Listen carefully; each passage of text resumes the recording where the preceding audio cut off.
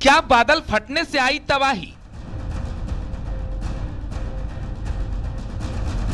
ये cloud burst भी नहीं कह सकते हम इसको, क्योंकि क्लाउड बर्स्ट में पानी धीरे धीरे बहता है। क्या ग्लेशियर पिघलने से आया सैलाब? क्योंकि इसका ग्रेडियंट हाई है, तो बहुत तेजी से पानी आया। बोल्डर्स हैं, पेबल्स हैं, ग्रेवल्स हैं, लूज मटेरियल है। झील टूटी या तबाही की कोई और वजह?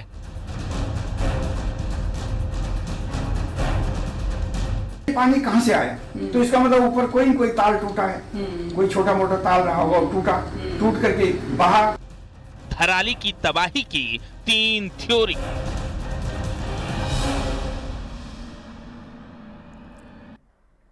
धराली में हुई आपदा के वीडियो ने सबको झकझोर कर रख दिया, जिसमें तेजी से बहता मलबा और पानी गांव को तबाह करता दिख रहा है। शुरुआती रिपोर्ट्स में इस बादल फटने की घटना बताया गया, कहा गया कि बादल फटने की वजह से ये हुआ है, लेकिन मौसम विज्ञान विभाग ने यह दावा किया कि उस समय धराली के आसपास के किसी भी मौसम स्टेशन में बादल फटने की कोई गतिविधि दर्ज नहीं की गई। और इस विरोधाभास ने वैज्ञानिकों को सोचने में मजबूर कर दिया।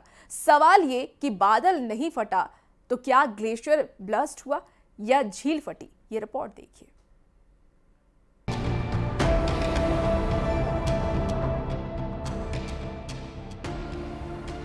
उत्तरकाशी जिले में बसी धराली गांव में आई तबाही ने मौसम वैज्ञानिकों को हैरान कर दिया है। समुद्र तल से करीब 2745 मीटर की ऊंचाई पर बसा ये गांव कुछ ही पलों में मलबे और पानी के सैलाब में डूब गया। इस आपदा के वीडियो ने सबको झकझोर दिया, जिसमें तेजी से बहता मलबा और पानी गांव को तबाह करता दिख रहा है।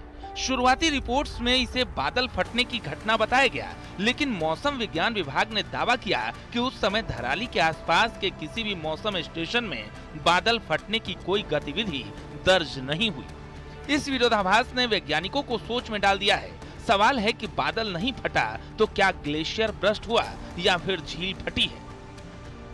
क्लाउड बर्स्ट भी नहीं कह सकते हम इसको, क्योंकि क्लाउड बर्स्ट में पानी धीरे धीरे बहता है और धीरे धीरे कम होता है। मतलब एक धीरे धीरे ऊपर बढ़ेगा और धीरे धीरे फिर नीचे घटता है, और एक फ्लो आता है, फिर उसके बाद धीरे धीरे घटता है। लेकिन इसमें ऐसी घटना नहीं। तो इसे हम ग्लेशियर का फटना क्या बोलते हैं? ग्लेशियर का फटना नहीं कहेंगे जी।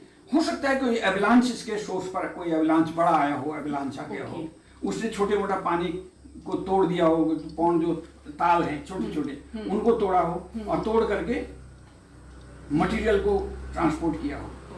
और क्योंकि इसका ग्रेडियंट हाई है, तो बहुत तेजी से पानी आया। बोल्डर्स हैं, पेबल्स हैं, ग्रेवल्स हैं, लूज मटेरियल है, ये बहुत अधिक मात्रा में पानी उसको बहा करके लाया। ढाल के अनुरूप तेज उसकी गति बनी, और जैसे ही वो इस एरिया पर आया तो उसने पूरा बिछा दिया, उसको डिपॉजिट कर दिया। तो ये घटना इस तरह की है। मैं क्लाउड बर्स्ट की मैं ज्यादा उसको नहीं समझता, नॉर्मल रेनफॉल का ही है। कुछ विशेषज्ञों का मानना है कि शायद 3000 मीटर से ज्यादा ऊंचाई पर बादल फटा हो, जहां मौसम स्टेशन नहीं है। ऐसी ऊंचाई पर होने वाली बारिश नीचे की ओर बहकर भूस्खलन या मलबे का सैलाब ला सकती है, जैसा धराली में हुआ। लेकिन दून यूनिवर्सिटी के शोध संस्थान में विजिटिंग प्रोफेसर बताते हैं कि धराली में ग्लेशियर के ताल टूटने से ऐसी घटना होने की संभावना है। अब ये पानी कैसे आया? अचानक आया और आकर के डंप हुआ और बंद हो गया। तो ये मेरे दिमाग में शंका आती है कि ये पानी कहां से आया? तो इसका मतलब ऊपर कोई न कोई ताल टूटा है, कोई छोटा मोटा ताल रहा होगा, टूटा, टूट करके बहा और वो कम हो गया पानी, तो उसके बाद ये बंद हो गया, तो कम हो गया। तो ये घटना इस प्रकार से हमको बताती है कि ऐसे चीज़ों पर हमको आइडेंटिफाई करना चाहिए। ऐसी जगहों पर सरकारों को या हमको स्वयं को नहीं बचना चाहिए।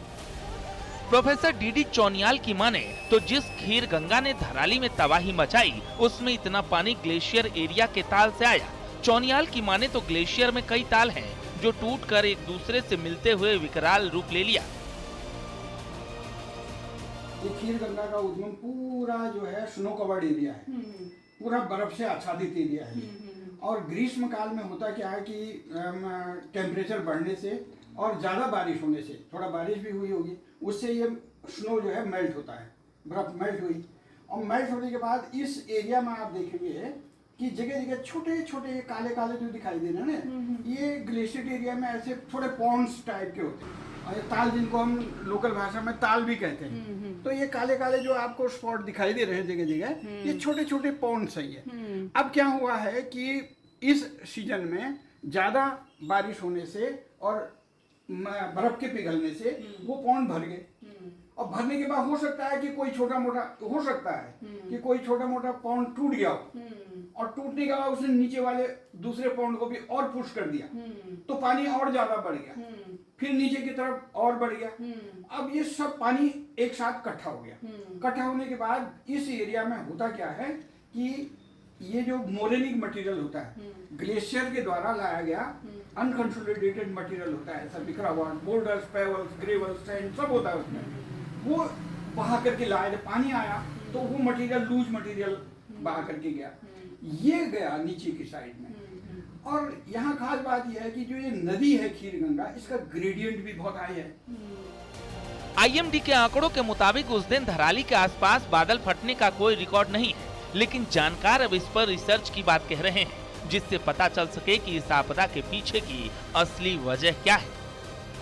Bureau report, news 18।